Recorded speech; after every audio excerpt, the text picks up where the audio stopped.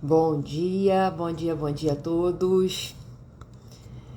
Mais um Prática Notável aqui. Vamos já fixar o comentário. Hoje a gente vai falar sobre rescisão indireta. Deixa eu fixar aqui, pronto. Vamos esperar aqui meu amigo Rafael, bom dia. Hoje a gente vai ter a presença da doutora Silvia para conversar um pouquinho com a gente. Deixa eu ver se eles entram. E o papo sobre rescisão indireta. Dá trabalho esse negócio de rescisão indireta, né? Sempre. Eu acho que é um tópico que deixa na dúvida as empresas, em relação aos efeitos, os empregados, em relação à efetividade disso. E aqui já tá meu amigo Rafael. Vamos aqui nele.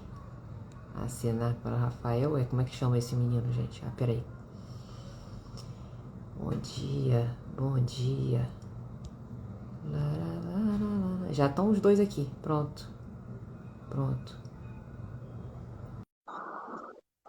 Aqui, entraram aqui. Pronto, muito bem.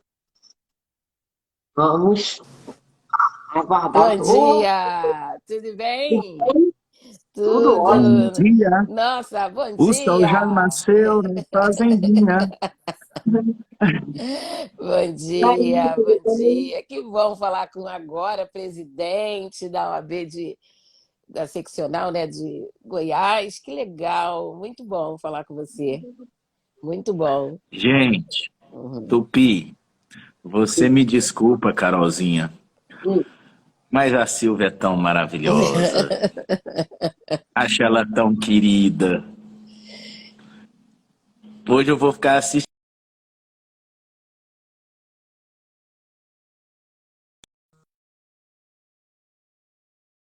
mentes preparadas, inteligentes que nós Ah, temos. obrigada, Tá- Rafael. Você é um Tava querido. cortando, o povo já liga pra Carol, é cedo, credo. Cliente é difícil.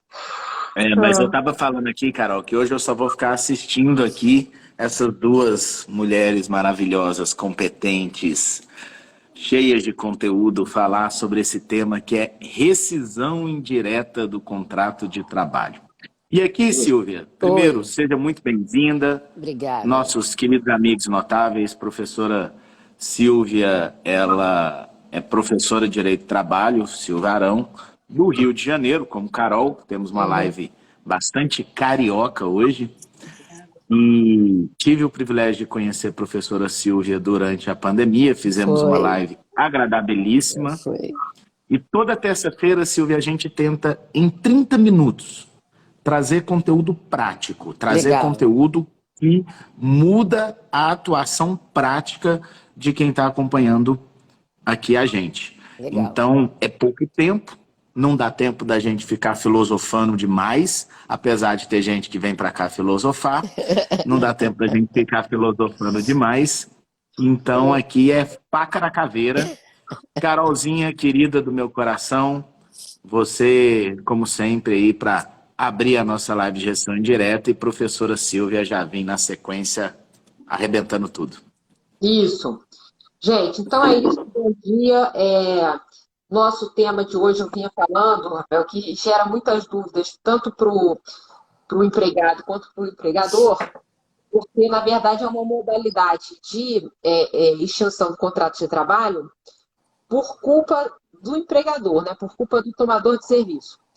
Só que não adianta você, empregado, se imaginar que está uma das hipóteses dos incisos da lei, do 482, para falar, do 483, para falar que, olha, realmente, como está me sendo exigidos serviços que não estão, por exemplo, previstos no contrato, eu estou indo embora. Então, me paga aqui tudo como se eu tivesse sido demitido. Ou seja, quando a gente fala de rescisão indireta, é devido, na verdade, o saldo salário, o aviso prévio proporcional, férias proporcionais com 13º também.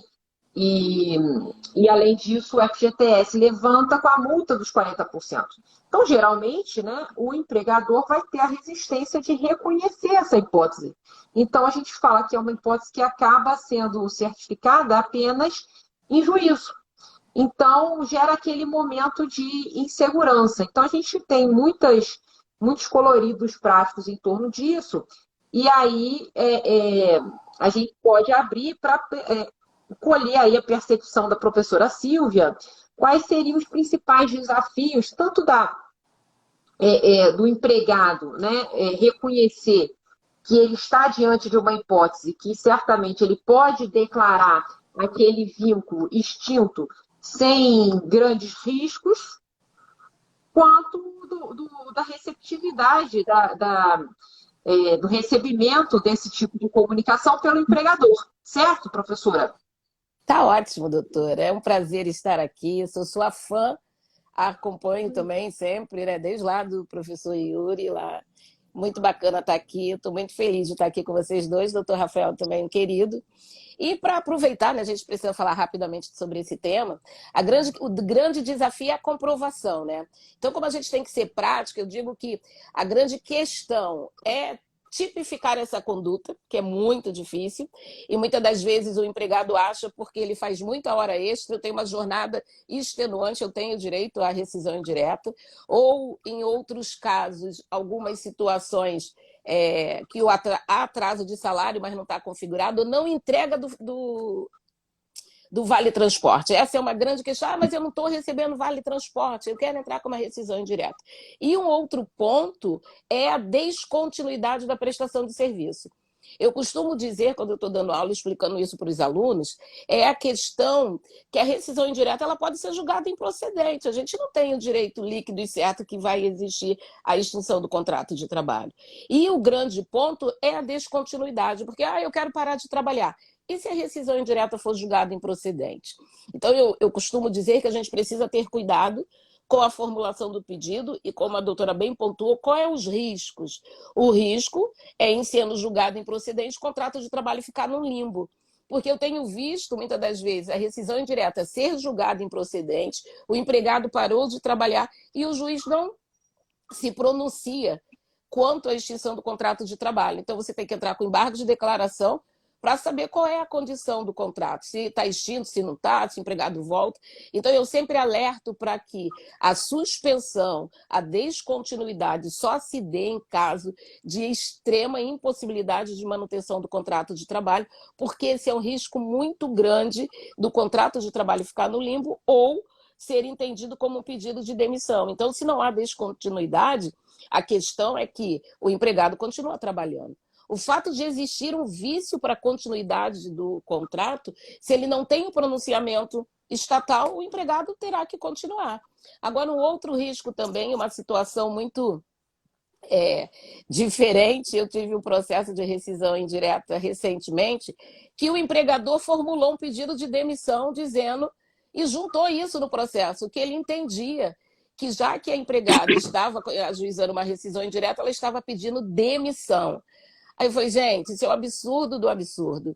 Como que pode o empregador elaborar? Ele elaborou e juntou isso, o pedido de demissão. Então, a gente precisa tomar cuidado com relação ao pedido de rescisão indireta, pontuar exatamente uma das hipóteses do artigo 483, suspender a prestação do serviço somente quando for impossível a sua manutenção e tipificar. A gente tem aí a questão quantas horas extras, nós já tivemos alguns julgados reconhecendo a rescisão indireta, mas parece que o TST voltou atrás nesse posicionamento. Então, a gente tem ali o clássico, que é o FGTS não recolhido, né? Então, a gente tem algumas questões e outras mais difíceis de ser pontuado. Então, a rescisão indireta, muito embora o empregado pense, eu quero dar justa causa no meu patrão, mas não é bem assim. Diferentemente do artigo 482 da CLT, o empregador ele tem mais facilidade, eu nem digo facilidade porque para ambos os lados é muito difícil, se os pilares não estiverem bem delimitados, atualidade, não bis in idem, a contemporaneidade, a gravidade da falta, também a justa causa de ambos os lados é muito difícil de ser validado, né? Eu não sei se a doutora concorda com o que eu estou falando. Deixa eu dar uma puxada aqui. Uhum.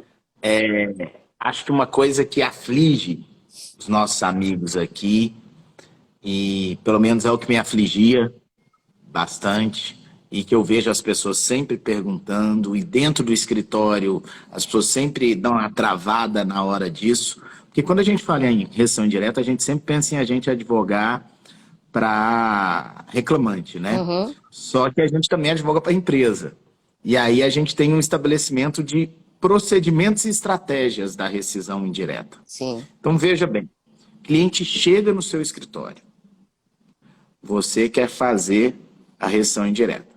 E a professora Silvia foi muito feliz, tem que avaliar a prova, tem que avaliar o pedido ali específico, onde que a gente vai enquadrar e etc. Mas, primeira pergunta sempre, para de trabalhar ou não para de trabalhar? Sim, sim. Essa é a primeira pergunta. Então, Carol tá falando, a professora Silvia está falando, não parar de trabalhar se não for extremamente necessário. Mas, gente, na maioria das vezes, quando a gente pega uma rescisão indireta, não dá para continuar indo. O clima é horroroso, a pessoa tem que ter estômago. Eu falo isso para os clientes.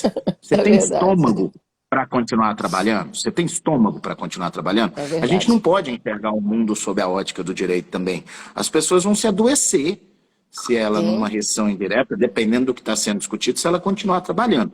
Então, a grande maioria das vezes, ela vai falar, não tenho estômago para continuar trabalhando. Aí, meus amigos, a decisão, parar de trabalhar ou não parar de trabalhar. Suponhamos, então, se a decisão é não parar de trabalhar, continua normalmente, vida segue, deixa isso bem grande escrito na sua petição inicial para todo mundo ver. Não parou de trabalhar, porque como alguém falou aqui no chat, se o juiz rescindiu o contrato, dizer, opa, embaixo da declaração, fala, não parei de trabalhar. E aí, sobre quando você decide parar de trabalhar. Quando decide parar de trabalhar, existem 3 situações distintas. Uma, e essa é o que eu vejo na maioria dos casos, a pessoa simplesmente para. A pessoa não vai mais, você ajuiza a reclamação trabalhista. Aí, às vezes, o colega que ele é mais detalhista, ele informa na petição inicial a data em que o reclamante deixou de ir trabalhar. Importante. E mesmo não tendo comunicado, mesmo não tendo autorização, mesmo não tendo nada. E da parte da empresa, da defesa, se não tiver isso na inicial, eu coloco na defesa. O reclamante deixou de comparecer ao trabalho desde o dia tal. Segunda situação. Porque acontece muito, e eu vejo, ajuizar a reclamação trabalhista, o reclamante não ir mais, e de repente, quando você vai para a rescisão indireta, demora um pouquinho para elaborar a inicial e você já tem uma ACP ali de abandono de emprego. Sim, esse é um ponto bom, importante. Então, o que eu faço? Eu mando um e-mail ou uma notificação na empresa informando que o reclamante não vai mais comparecer a partir da data X, que entende estar rescindido o contrato de trabalho a partir daquela data, e informo que será ajuizada a competente reclamação trabalhista, como Carol falou no início. O Rubens está falando de telegrama, acho telegrama caro, Rubens. Não precisa gastar o dinheiro do empregado com alguma coisa assim. E-mail. Se a comunicação normal é WhatsApp, manda o WhatsApp, sem problema. No máximo uma notificação com a R. Então, desnecessário. 3. Professora Lorena Conago estava falando aqui de requerer autorização para o juízo, né? De você protocolizar e requerer autorização para o juízo. E ela disse que acha mais seguro aguardar o juízo autorizar esse afastamento. Eu não consigo vislumbrar muita diferença entre requerer para o juiz e simplesmente comunicar, porque a autorização do juiz não significa que a rescisão indireta vai ser julgada procedente, improcedente, esse tipo de coisa. Não tem, talvez, ali uma eficácia. Então, eu simplesmente comunico para a empresa. Tá? Isso é do lado do empregado. E do lado da empresa? Aí a gente vem e raciocina. Pede para considerar pedido de demissão, que eu vejo pedir para considerar pedido de demissão, eu vejo pedir para considerar abandono de emprego, eu vejo não falar nada, E aí o pessoal pergunta, preciso depositar? Não preciso depositar? Pego as verbas rescisórias lá de um pedido de demissão, calculo e deposito para evitar um 477, um 467. E aí começa, quem está advogando para a empresa tem muita dúvida na rescisão indireta. Eu vou falar para vocês como que eu vejo aqui as condições de a gente fazer. Eu peço para considerar pedido de demissão, peço para calcular o pedido de demissão, e deposito as verbas do pedido de demissão, inclusive descontando aviso prévio, descontando tudo até a primeira audiência, justifico que não foi pago ao trabalhador porque ele sumiu, ele fez o pedido e sumiu, e aí eu deposito lá para afastar o 467 o pedido de demissão. Se o trabalhador tiver notificado a empresa, eu contra-notifico o trabalhador pelo WhatsApp, pelo e-mail, por telegrama, quem quiser fazer telegrama, que eu falei que eu não faço, por AR, contra-notifico o trabalhador falando o quê, Carol?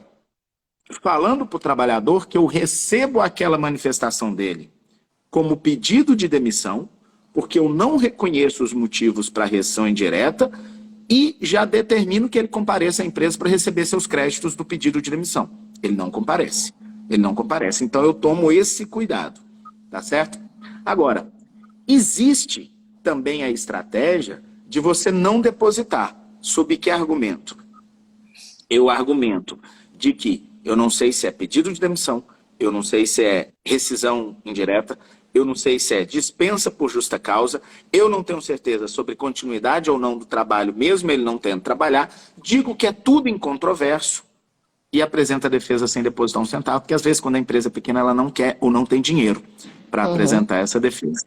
Então esses são os cuidados, isso é que eu tento balizar aqui quando a gente recebe esse cliente no primeiro lugar sobre a rescisão indireta. Mas me diga lá, Carol, qual foi a rescisão indireta mais sinistra que você já viu aí, mais curiosa, diferente? Ah, não sei, não estava preparada para essa pergunta. E você, Silvia?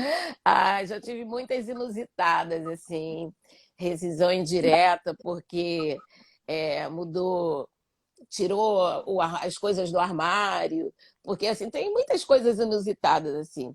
Mas só pegando um gancho aqui no que você falou, quando eu estou pela empresa, eu também tomo uma dessas duas posições.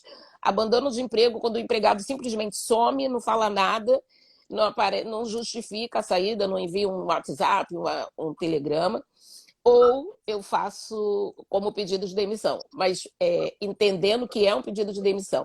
Mas eu nunca vi, e foi o que eu disse anteriormente, eu acho que isso foi muito inusitado, o empregador, ele assinou o pedido de demissão.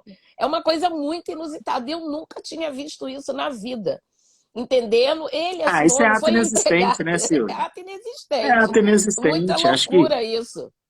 isso aí não toma mais que meia linha para mim. Sim. O pedido de demissão é ato inexistente porque não tem assinatura do Não tem empregado. assinatura do Bola para empregado. frente. Mas o que você falou também é muito importante, é a questão da comunicação. Muito embora a CLT não tenha esse critério, não tenha esse rigor, não exija, mas eu sempre envio também o telegrama para a empresa quando eu estou pelo reclamante. Por que o telegrama? Porque o telegrama eu vou ter a cópia de recebimento, eu não vou precisar... eu já valido, a empresa tomou ciência naquela data, informo a data do afastamento para que seja também o parâmetro. Um grande erro quando você está elaborando a rescisão indireta é não ter um parâmetro. Então, você não tem que pedir que seja lá colocado a partir da declaração da sentença, a partir da data do afastamento, porque muitas das vezes, qual vai ser a data a ser lançada na dispensa se não há esse requerimento? Então, é um cuidado que se tem que ter.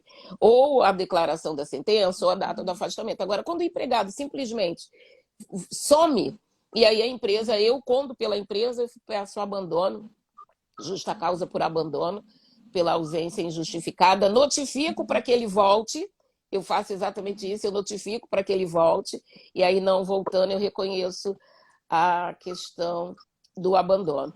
Porque a rescisão indireta, ela é um mecanismo que o empregado tem, mas que tem que ser muito bem elaborado para que não fique assim numa vala comum, né? Tudo é rescisão direta? Não, nem tudo é rescisão indireta. Então a gente precisa tipificar, mostrar para o empregado, porque o empregado assim, não, eu quero dar justa causa no patrão, falou que eu posso dar justa causa no patrão, eu quero dar justa causa no patrão. Aí você tem que vir para ele e falar, olha, você até pode, mas você tem que preencher um desses requisitos que está aqui. Sem isso, o empregador pode entender que é pedido de demissão. Sem isso, se você deixar de trabalhar, pode ser o abandono de emprego e você vai deixar de receber as suas verbas. Nós precisamos tomar cuidado nessa época de que tudo é muito rápido, né? Muitas informações na internet, a gente tá ali, tem muita coisa, então muitas das vezes o empregado toma aquilo como verdade absoluta. Não, mas eu vi, fulano disse isso. Então você tem que moldar. A gente se utiliza dos canais das redes sociais, mas a gente precisa tomar cuidado com o que postamos para que isso não influencie o empregado. Então ele fala assim, não, doutora, mas a senhora está errada, pode fazer isso. Então a gente precisa tomar um cuidado. A rescisão indireta ela tem que ser pautada também por pilares do prejuízo, da atualidade, mas o meu empregador há 3 anos atrás, não, meu amigo, mas 3 anos atrás perdeu a atualidade. Então, a gente, no inverso, já que a gente segue esses critérios no artigo 482, a gente também precisa segui-los no 483. Agora, a questão, doutor Rafael, quanto à manutenção do contrato, é que em algumas situações, por exemplo, a ausência de recolhimento do FGTS, né? O empregado precisa, e aí a gente também precisa entender o seguinte, não é só a pura inexistência de depósitos, ele precisa, hoje, com tantas possibilidades de utilização do FGTS, ele pode precisar de uma daquelas utilizações. Eu entendo que não é apenas a ausência, mas tem que estar ligado, por exemplo, o saque aniversário. Fui fazer o saque aniversário e não tinha depósito. Isso é um motivo. Mas nesse caso, ele pode continuar trabalhando? Ele deve continuar trabalhando? Compra da casa própria. Fui usar o meu fundo de garantia, não tem depósito. Porque também é o que eu digo, a gente não pode ficar banalizando. Eu não sei o que a doutora Carol acha. Não, E nisso eu já vou puxar aqui para a Carol responder junto. Jurisprudência de FGTS está vacilando na rescisão indireta, né, Carol? Tá difícil aí nesse negócio. não, e deixa eu falar uma coisa para vocês. A professora Silvia está falando dessa questão dos mesmos requisitos, né? O vento que sopra lá, sopra cá, ou seja, tudo que a gente precisa para aplicar a justa causa do empregado também para a justa causa do empregador. Mas isso me traz um gatilho também que é interessante, que é quando eu já fui bem sucedido em umas defesas assim. O sujeito quer a rescisão indireta, aliás, o sujeito quer desvio de função, quer acúmulo de função, sim. né? Porque ele diz que não foi contratado para isso, para aquilo. E aí, uma coisa que eu costumo colocar em contestação é falar assim, olha, meu irmão, se você não foi contratado para isso, vamos dizer, se foi contratado já tem 3 meses, 20 anos, e não foi contratado para isso, ok. Mas concorda que seria uma das hipóteses de rescisão indireta do 483 a exigência de serviço estranho ao contrato? Muito bem, seria. Mas ainda assim você não considerou um contrato rescindido, não pediu rescisão indireta, não ajuizou a ação.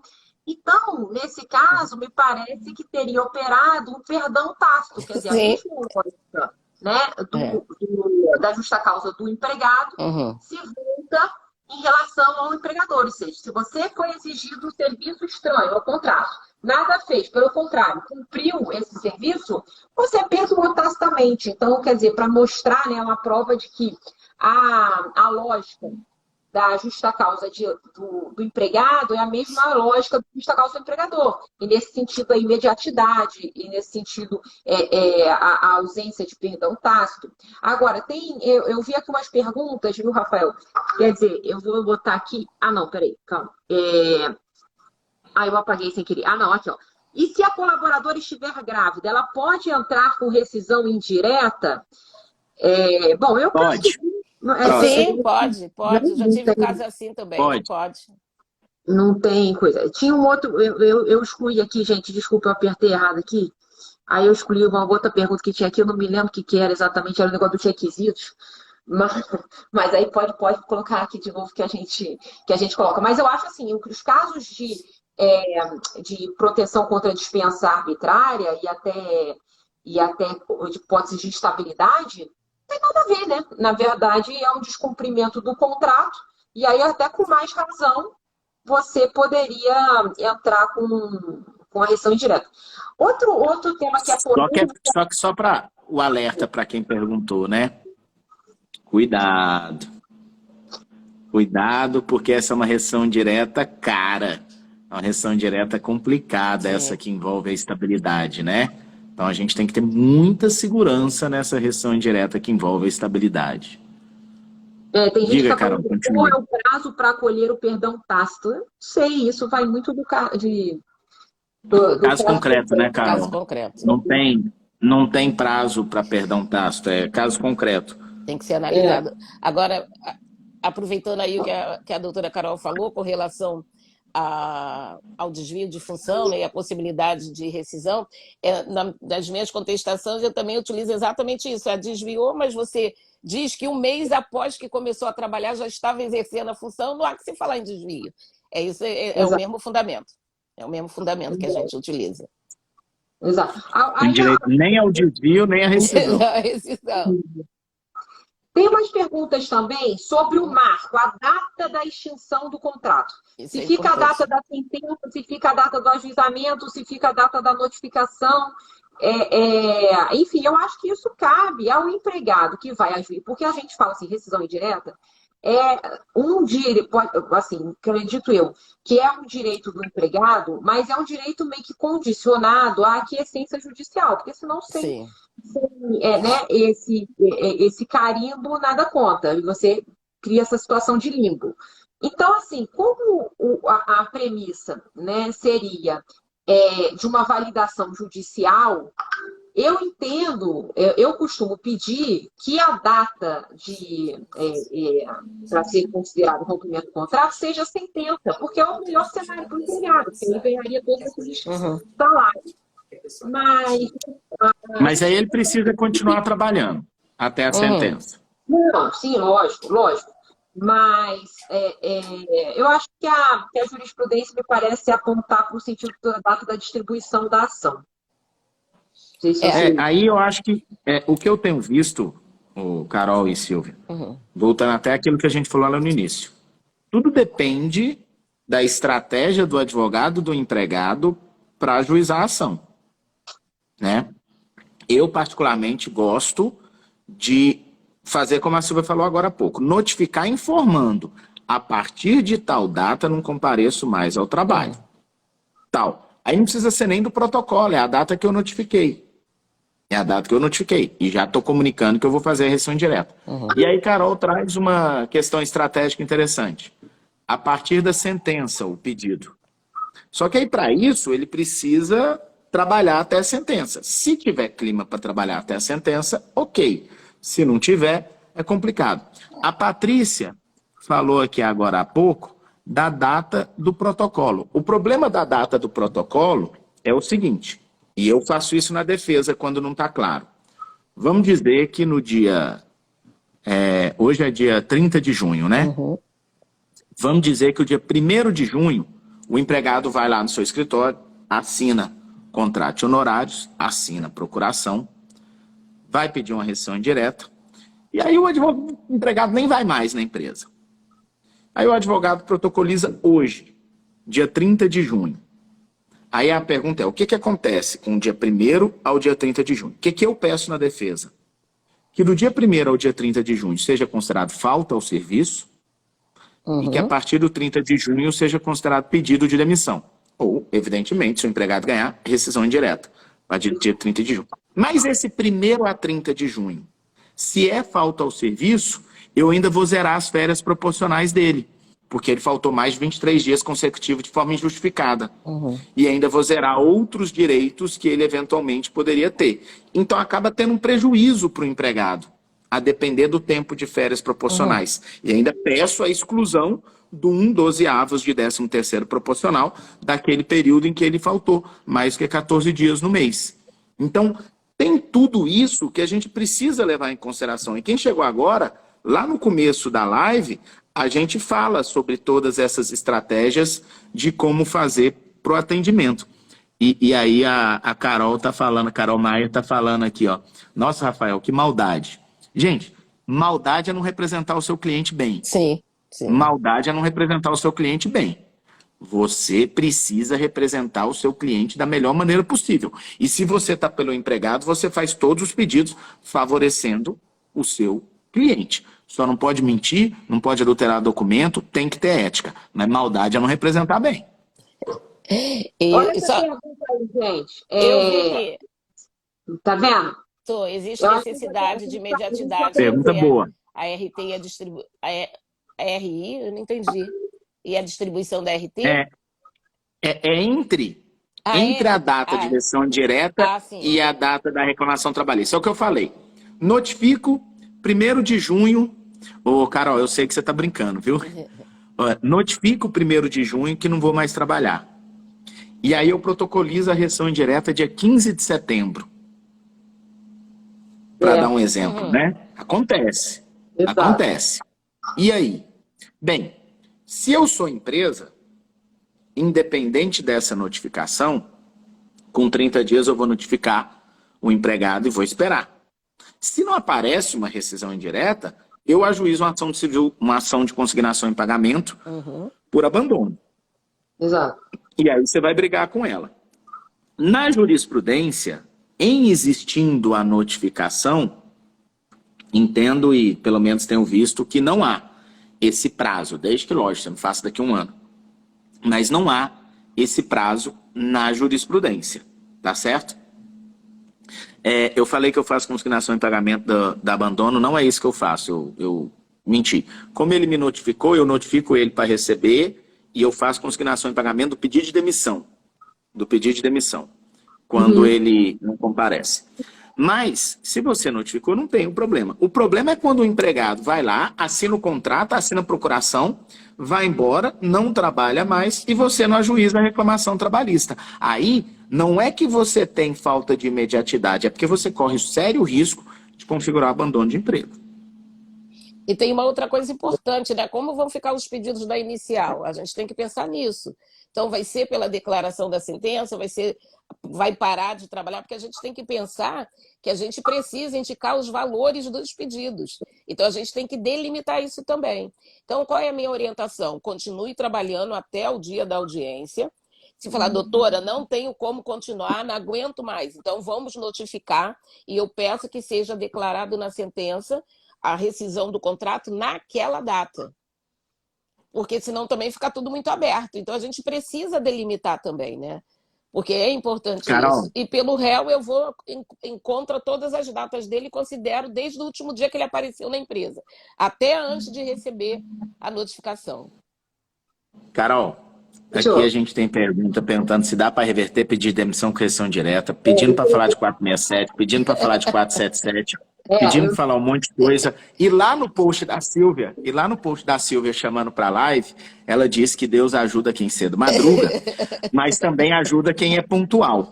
Que tal a gente continuar a semana que vem com esse mesmo tema, continua com a Silvia, a gente entra em todas essas perguntas, porque nosso tempo acabou. É prática em 30 minutos. Então, eu topo.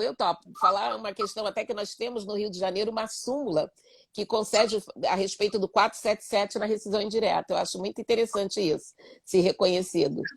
A gente pode até falar sobre isso. Vamos então, semana que vem, falar aí das consequências jurídicas da rescisão indireta. Ô, Silvia, não adianta eu sugerir e você falar eu topo, porque quem manda é a Carol. Então tá bom. Então a gente tem que esperar ela deferir.